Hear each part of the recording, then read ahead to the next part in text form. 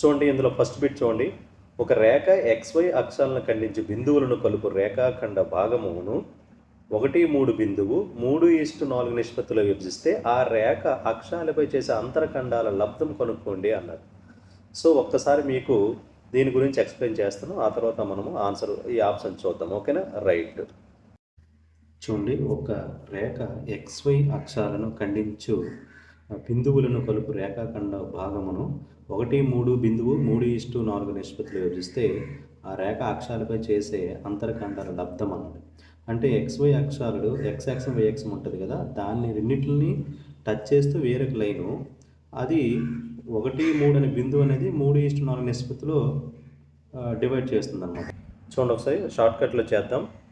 ఏదైనా ఒక సరళ రేఖ చూడండి, ఒక సరళ రేఖ XY అక్షాలను, ఓకేనా, జాగ్రత్త చూడండి. అంటే ఇది మీకు రాయవలసిన అవసరం లేదు, మీకు అర్థమవుతుందని చెప్తాను. XY అక్షాలను ఇలాంటి సమ్ ఏది ఇచ్చిన A,0 0,B అంటే ఇవి అంతరఖండాలు. X అంతరఖండం A,0, Y అంతరఖండము 0,B అంటారు. అంటే మనకు ఇప్పుడు ఇలాగా X యాక్సిస్, ఇది Y యాక్సిస్ ఉంది అనుకోండి, ఇది ఇక్కడ టచ్ అయ్యేదాన్ని X అంతరఖండం అంటారు A,0, దీన్ని ఇక్కడ టచ్ అయ్యేదాన్ని 0,B Y అంతరఖండం అంటారు కదా, అవన్నమాట. సో ఒక సరళరేఖ XY అక్షాలను A,0, 0,B వద్ద ఖండిస్తే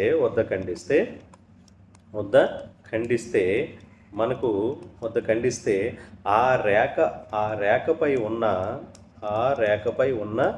బిందువు, ఓకేనే, ఆ రేఖపై ఉన్న బిందువు x1, y1, ఓకేనా. ఆ రేఖపై ఉన్న బిందువు x1, y1 ఆ రేఖాఖండాన్ని, అంటే అది ఏ రేఖపై ఉందో ఆ రేఖపై ఉన్న బిందువు ఆ రేఖాఖండాన్ని ఎలా విభజిస్తుందంటే విభజించే రేఖాఖండాన్ని విభజించే నిష్పత్తి M1:n, అదే M:n కానీ లేదా M1:m2 కానీ. మనకు 10th క్లాస్లో అయితే M1, M2 అని ఉంటుంది, మీరు M:n అనుకున్నా పర్లేదు. అర్థమైంది కదా. ఒక సరళరేఖ ఇదిగో చూడండి, ఒక సరళరేఖ XY అక్షాలను, ఓకేనా, ఎలాగా A,0, 0,B ఖండిస్తే ఇక్కడ ఆ రేఖపై ఉన్న బిందువు ఈ బిందువు అనమాట, ఓకేనా. ఆ బిందువు ఆ రేఖను విభజించే నిష్పత్తి M:n అయితే ఇప్పుడు ఏమవుతుంది సార్ అంటే, అక్కడ ఏదైతే ఆ బిందువు ఉంటుందో ఆ బిందువు x1, y1 కదా. సో x1 ఎంత అవుతుంది సార్ అంటే, ఫార్ములా డైరెక్ట్గా MA/M+n గుర్తుపెట్టుకోండి, MA/M+n. y1 ఎంత అవుతుంది సార్ అంటే NB/M+n. చూడండి ఎంత ఈజీ, ఓకేనా. డైరెక్ట్గా మనకు పాయింట్ కావాలంటే, అంటే ఏదైతే పాయింట్ ఉంటుందో ఆ పాయింట్ రావడానికి ఫార్ములా, కానీ ఆడ పాయింట్ ఇచ్చేసాడు. ఇక్కడ ఆ పాయింట్ ఏంటంట మనకు చెప్పాడు కదా. ఇప్పుడు ఆ పాయింట్ ఏంటి సార్ అంటే, చూడండి, ఆ ఏ పాయింట్ అన్నాడు 1,3, ఓకేనా, 1,3 అనే పాయింట్ ఇచ్చేసాడు. అంటే ఇది 1, ఇది 3. మనకు కావాల్సింది M,Nలో తెలుసు. M,Nలో ఎంత ఏ రేషియోలు అన్నాడు, ఇది ఇక్కడ ఈ పాయింట్ M:n అన్నాడు కదా, 3:4 రేషియో అనమాట, ఓకేనా. అంటే M,Nలో తెలుసు, X1, Y1లో తెలుసు అనమాట. మనకు తెలియాల్సింది AB అంతరఖండాలే తెలియదు. ఇప్పుడు అది కొనుక్కోవడానికే మనకి ఇది ఫార్ములా. అయితే X1, Y1 ఇచ్చేసాడు కదా, మనకెందుకు, మనకి ఏబీలు కదా కావాలి. సో ఏబీలు కావాలన్నప్పుడు ఒక్కసారి చూడండి, ఏబీలు కావాలంటే డైరెక్ట్గా ఏ రావాలనుకోండి, ఇది పంపించంటే ఇలా అవుతుంది కదా. చూడండి ఎలా రాయొచ్చు, ఏ కావాలంటే x1 ఇంటూ, చూడండి ఇది క్రాస్ మల్టిప్లికేషన్ చేస్తే M+n బై, అంతేనా, ఇది M అవుతుంది, ఇది ఏ వాల్యూ, ఓకే, ఇది ఏ వాల్యూ, ఓకే, ఇది ఏ వాల్యూ. అదే బి వాల్యూ కావాలనుకోండి, ఇది కూడా y1 ఇంటూ M+n బై ఎంత అవుతుంది, n అవుతుంది, ఇది బి వాల్యూ. సరే, ఇంతవరకు బాగుంది. కానీ వాడు ఏబీలు కొనుక్కోండి అనలేదు కదా, వీటి ప్రొడక్ట్, వాటి లబ్ధం ఎంత అవుతుంది, ఆ అంతరఖండాల లబ్ధం ఎంత అవుతుంది అన్నాడు కదా. మనం డైరెక్ట్ ఫార్ములా వేసాం కదా. సో ఇప్పుడు A/B చేద్దాం. చూడండి, ఒక్కసారి A/B చేద్దాం, మరి కొనుక్కోకుండా A/B చేస్తేనే ఈజీ. ఏ అంత x1 into M+n by M, అంటే అది ఫార్ములా కదా అది. So into y1 into M+n by n అనమాట. ఈ డైరెక్ట్ ఈ ఫార్ములా అప్లై చేసుకుంటే సరిపోతుంది. సో ఇప్పుడు చూడండి, x1 ఇది మల్టిప్లై చేస్తే ఎంత అవుతుంది, x1 ఇంటూ y1, M+n ఎంత అవుతుంది, M+n whole square by M into N, అంతే కదా, ఎం ఇంటూ ఎన్. చూడండి, x1 ఇంటూ y1, ఇదే పాయింట్, ఆడు ఏదైతే పాయింట్ ఇచ్చాడో అది x1 y1 కదా, ఆడిచ్చే పాయింట్ x1 ఇంటూ y1 అంటే. సో ఎం ప్లస్ ఎన్ అంటే అది ఇచ్చే రేషియో, ఏ రేషియో ఇచ్చాడు మనకి, నిష్పత్తి ఎంత ఇచ్చాడు, 3:4 అంటే 3+4 హోల్ స్క్వేర్ బై మళ్ళీ 3x4 అనమాట. ఓకే, ఇక్కడ 3 క్యాన్సిల్ చేసేవచ్చు. సో 3+4 ఎంత సార్ అంటే 7² బై 4 అనమాట. 7² అంటే ఎంత, 49/4 మన ఆన్సర్ అది. సో ఇది ఫార్ములా, డైరెక్ట్గా ఫార్ములా అనమాట. సో ఇప్పుడు మీకు అర్థమైంది కదా. సో నేను మొత్తం ప్రాసెస్ అంతా చేయలేదు, జస్ట్ షార్ట్ కట్ x1కి y1 షార్ట్ కట్ వేసి చేసామన్నమాట. రైట్, ఓకే, నెక్స్ట్ సమ్ చూద్దాం. మనకు ట్రిగ్నోమెట్రీలో ఒక బిట్ ఇచ్చాడు చూడండి. ఆ ట్రిగ్నోమెట్రీలో ఏమి ఇచ్చాడంటే cos theta by 1 - sin theta minus tan theta అని ఒక సమ్ ఇచ్చాడు చూడండి. సో ట్రిగ్నోమెట్రీలో మనకు ఒక 3-4 బిట్స్ ఇస్తున్నాడు. సో ఇది ఒక బిట్ చూద్దాం ఇప్పుడు. Cos theta by 1 - sin theta minus tan theta. So ఇక్కడ cos theta by 1 - sin theta minus tan theta అని ఇచ్చాడు. సో ఇప్పుడు మనము ఇక్కడ ఏం చేయాలి సార్ అంటే ట్యాన్ తీటాను మార్చుకుంటే సరిపోద్ది అనమాట. అంటే ఇక్కడ కాసు సైన్ ఉంది, ఇక్కడ ట్యాన్ ఉంది, అందువల్ల మనం కాసును మార్చాం. ఎలా రాస్తామంటే cos theta by 1 - sin theta minus tan ఎలా రాస్తాము, ట్యాన్ తీటా అంటే sine theta by cos theta, అంతే కదా, sine theta by cos theta. ఇప్పుడు రెండు క్రాస్ మల్ చేస్తే ఏమవుతుంది చెప్పండి, ఈ రెండు క్రాస్ మల్ చేస్తే cos square theta minus sine theta into sine theta into 1 - sin theta, అవునా కాదా, బై చూడండి బై ఎంత అవుతుంది సార్ అంటే ఇదిగో 1 - sin theta into cos theta, లేదా ముందు కాస్ తీటా రాసి 1 - sin తీటా అని రాయొచ్చు. ఓకేనా, రైట్ అమ్మ. ఇప్పుడు చూడండి కాస్ స్క్వేర్ ఇక్కడ ఎంత అయింది సార్ అంటే కాస్ స్క్వేర్ మైనస్ సైన్స్, ఇది మల్టిప్లై చేద్దాం ఒకసారి చూడండి. Cos square theta minus sine theta 1 sin theta, ఇది మైనస్, ఇక్కడ చూడండి ఇక్కడ మైనస్ ఇక్కడ మైనస్ ప్లస్, ఇక్కడ ఏమైంది సైన్ స్క్వేర్ తీటా బై ఎంత వచ్చింది ఆన్సర్, అదే డినామినేటర్ ఎంత వచ్చింది, cos theta into 1 - sin theta. ఓకేనా, రైట్. ఇప్పుడు ఏం చేద్దామంటే ఒక్కసారి చూడండి, ఇక్కడ చూడండి cos square plus sine square ఎంత అయిపోతుంది, ఇది 1 అయిపోతుంది, లేదు ఇది cos square plus sine square, మనకు ట్రిగనామెట్రిక్ ఐడెంటిటీస్ ఉన్నాయి కదా. So cos square plus sine square ఎంత అయిపోతుంది అంటే 1 - sin తీటా బై కింద cos theta into 1 - sin theta, అవునా కాదా. చూడండి 1 - sin theta 1 - sin theta cancel అయిపోయి 1/cos తీటా, 1/cos తీటా అంటే ఆన్సర్ ఎంత, సీకెంట్ తీటా. అంటే కాస్ తీటా అనేది దేనికి విలోమము, సీకెంట్కి విలోమము కాసు విలోమము సీకెంట్, కాబట్టి ఆన్సర్ ఎంత అవుతుందంటే ఆప్షన్ 4 అవుతుంది. ఓకేనా, right, okay. Next tan A in triangle ABC tan A plus tan B by cot A plus cot B = 1, then sin A ప్లస్ B/2 అని అన్నాడు. అంటే ఇక్కడ మీరు చూడండి ట్యాన్లో ఉంది కదా, మనము ఇక్కడ ట్యాన్ని అలాగే ఉంచేస్తాం, కాట్ను మార్చుకుంటే మనకు సరిపోతుంది అనమాట. అంటే మనం కాట్ని ట్యాన్లోకి మార్చుకుంటే మనకు అన్ని ట్యాన్లు వస్తాయి, కాబట్టి మనకు ఆన్సర్ వచ్చే ఛాన్స్ ఉంటుంది అనమాట.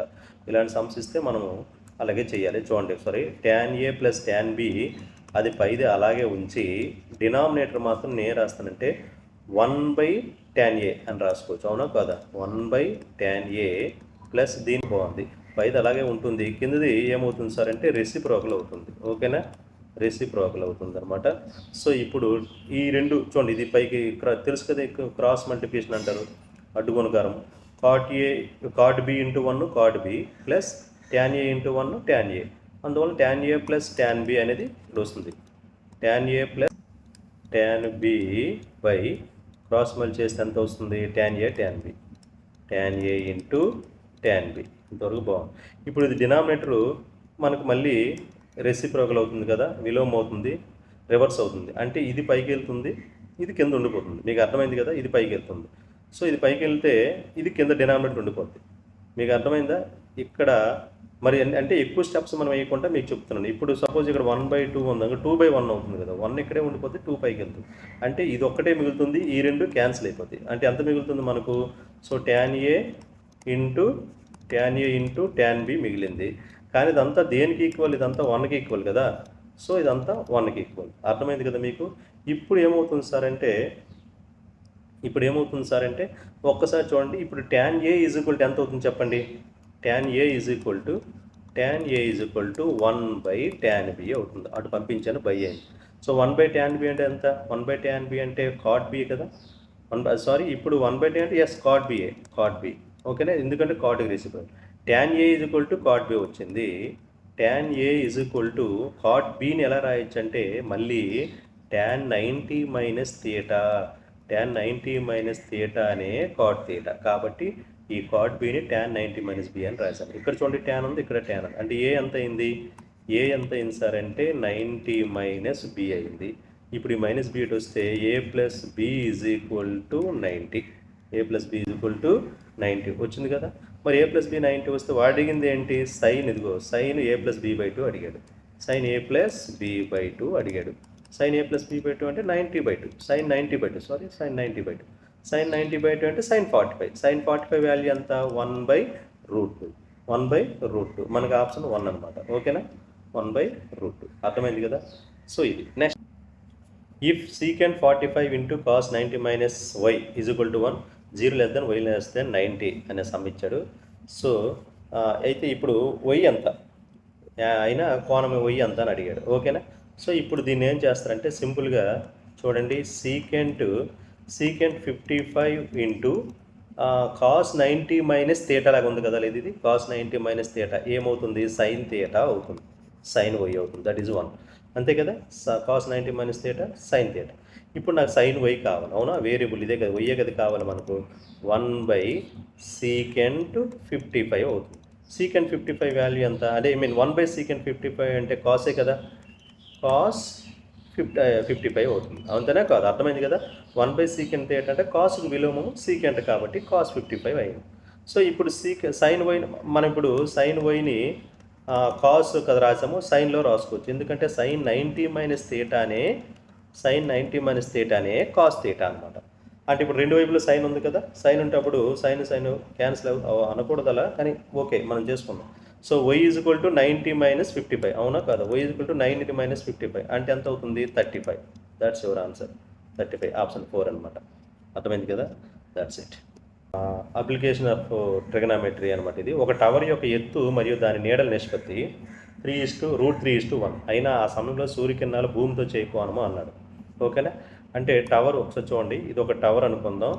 ఓకేనా. టవర్ ఎత్తు మరియు దాని నీడ, ఇది నీడ. ఓకేనా. సో ఎత్తు ఏబి అనుకుందాం. ఓకేనా. నీడ ఏసీ అవుతుంది అనమాట. ఓకేనా. సో ఇప్పుడు వీటి నిష్పత్తి ఇచ్చాడు. ఎంత ఇచ్చోండి, ఎత్తు మరియు అంటే ఇది √3 అవుతుంది. ఓకేనా. ఇది 1 అనుకుంటాం. యాక్చువల్గా అలా జరగదు, కానీ రేషియో అన్నాడు కాబట్టి మనం 3 అలా తీసుకోవచ్చు అనమాట మనకు కరెంట్ కోసం. √3 ఇది 1 అనమాట. అర్థమైందా. అయితే ఆ సమయంలో సూర్యకిరణాలు భూమితో చేయ కోణం ఎంత? సో సూర్యకిరణాలు ఇవి సూర్యకిరణాలు. సో భూమి, ఇక్కడ భూమి, ఇది భూమి అనమాట. దీంతో అంటే ఇక్కడ యాంగిల్ ఎంత అని అంటున్నాడు. ఓకేనా. చూడండి, యాంగిల్ కావాలంటే మనకు ఈజీగా, సో ఒకసారి చూడండి, ఇక్కడ ఈ రెండు మనకు తెలుసు కాబట్టి ఈ రెండుకి రిలేషన్ ట్యాన్ అనమాట. అవునా. ఏంటి, ఇక్కడ యాంగిల్కి ఆపోజిట్ టు ఎడ్జెసెంట్ ట్యాన్ కాబట్టి ట్యాన్ సి అని అప్లై చేస్తే √3/1 అవుతుంది. అంటే √3నే కదా. ట్యాన్ ఎక్కడ √3 అవుతుంది అంటే ట్యాన్ 60 √3 అనమాట. ట్యాన్ 60 √3. అందువల్ల సి ఈజ్ ఈక్వల్ టు ఎంత అవుతుంది?